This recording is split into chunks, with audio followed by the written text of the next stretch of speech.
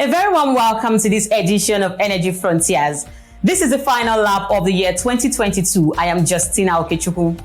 In this package, we have highlights of some of the biggest headlines in the energy markets for the year as it relates to Frontier Africa.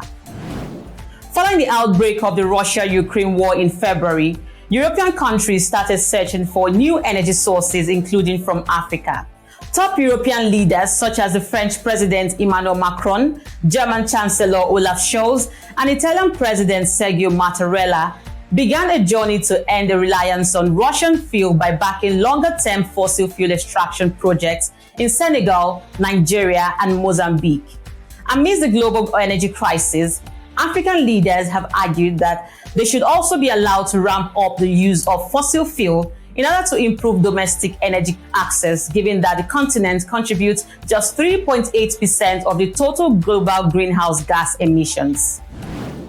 A number of summits and conferences were held across Africa in the outgoing year 2022, from South Sudan in the Sahel to Senegal in West Africa. However, the African Energy Week held in Cape Town, South Africa was a big headliner with an estimated $2 billion worth of deals signed.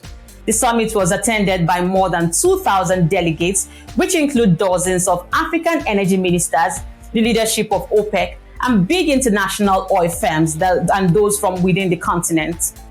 The four-day high-profile energy meeting was focused on the importance of oil and gas development in Africa and how exploitation of the continent's natural resources will serve to reduce energy poverty while creating an independent path towards a just and inclusive energy transition. Let's touch down in Egypt, the proud host of the first UN Climate Conference on the African continent. At the COP27 event, African leaders pushed for a loss and damage policy in which the biggest emitters would pay for the damage and destruction caused on poorer nations as a result of climate change. After 2 weeks of hard-fought negotiations, in the early hours of November 20, a historic decision was made to establish and operationalize a loss and damage fund, particularly for countries most vulnerable to the climate crisis. From Egypt down to South Africa, where in late June, the continent's most advanced economy experienced its worst power outage, with power cuts lasting up to 10 hours a day, on the back of aging coal power plants owned by Eskom.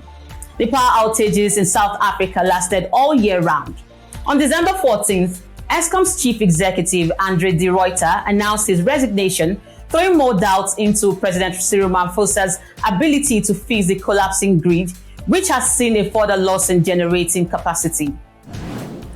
The Organization of Petroleum Exporting Countries and indeed the global energy industry was hit with a devastating news in July this year. The Nigerian-born Secretary General of OPEC, Mohammed Sanusi Bakindo, died suddenly in Abuja while on visit to his home country. Bakindo was 63 when he passed away. At the 31st OPEC and non-OPEC ministerial meeting held via video conference on the 3rd of August, a special tribute was paid to the late OPEC Secretary General by all heads of delegation of the participating countries in the Declaration of Cooperation. In the meantime, the heads of OPEC delegation immediately appointed a new Secretary General. He is Haitham Al-Ghais of the state of Kuwait. Al-Ghais has demonstrated a strong understanding of and concern about Africa's widespread energy poverty and the continent's great need to continue harnessing its oil and gas resources while further supporting the cooperation between OPEC and non-OPEC oil-producing countries.